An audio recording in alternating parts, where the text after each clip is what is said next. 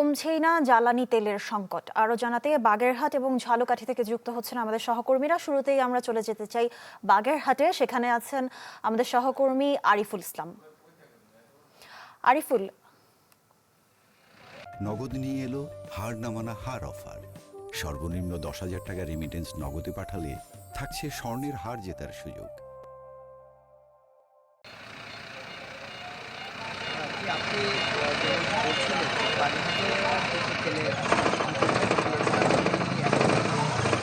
এখানে গতকালকে 3,000 litre petrol এবং 3,000 লিটার অক্টেন কিন্তু দেওয়া হয়েছে। আজকে দেওয়ার কথা ছিল না। তো যেহেতু ডিপো কর্তৃপক্ষ তাদের তেল দিয়েছে, এই জন্য খুব রাতেই এখানে আরো 3,000 পেট্রোল এসেছে বলে আমরা জানতে পেরেছি। এরপরে ডিজেল কিন্তু সেটা এখনো আছে, বেশ কয়েক হাজার লিটার আছে। আর অন্যান্য যে পাম্পগুলোতে কোথাও তেল আছে, কোথাও নাই। তো এখানে কিন্তু আসলে দীর্ঘ লাইন কিন্তু আমরা দেখতে পাচ্ছি। তো যদি আমি একটু দেখাই যে এখানে অনেকেই সকাল থেকেই ফজরের নামাজ পড়েই কিন্তু এখানে হাজির হয়েছে যে এই তেল নেওয়ার জন্য। এবং বেশ মানে শতাধিক লোক কিন্তু ইতিমধ্যে পাম্পে হাজির হয়েছে, তারা সিরিয়াল দিয়ে।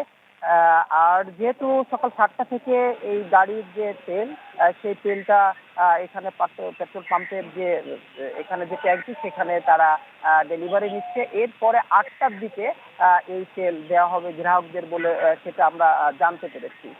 তো এখনো পর্যন্ত আমরা আরেকটা জিনিস আমরা দেখেছি যে প্রতিদিন আমরা যেটা দেখে থাকি, একই ব্যক্তি প্রতিদিন এসে একাধিকবারও তেল নেওয়ার যে অভিযোগ, সেটা আমরা জানতে পেরেছি এবং কাউকে দেখাও গিয়েছে। তো সেক্ষেত্রে কেউ তেল পাচ্ছে, কেউ পাচ্ছে না। এবং যেটা প্রয়োজনের তুলনায় যে তেলটা, সেটা অতি কম। এদিকে এদিকে আমরা আরেকটা বিষয় জানতে পেরেছি এখানে যে পাম্প কর্তৃপক্ষ তাদের কাছ থেকে, যে আগে যে সময় পেট্রোল বা ডিজেল 15,000 লিটারের কম বেশি দেওয়া হতো, এখন সেই তেলটা কখনো 3,000 2,000 লিটার দেওয়া হচ্ছে। এই কারণে কিন্তু আসলে গ্রাহকদের যে চাহিদা, সেটা মেটাতে পারছে না। এবং তারা এখানে পেট্রোল পাম্প মালিকরা অভিযোগ করেছে যে ডিপো থেকে যে পরিমাণ তেল দেওয়া হয়, সেই পরিমাণ তেল এনেই কিন্তু এখানে গ্রাহকদের মাঝে দেওয়া হয়।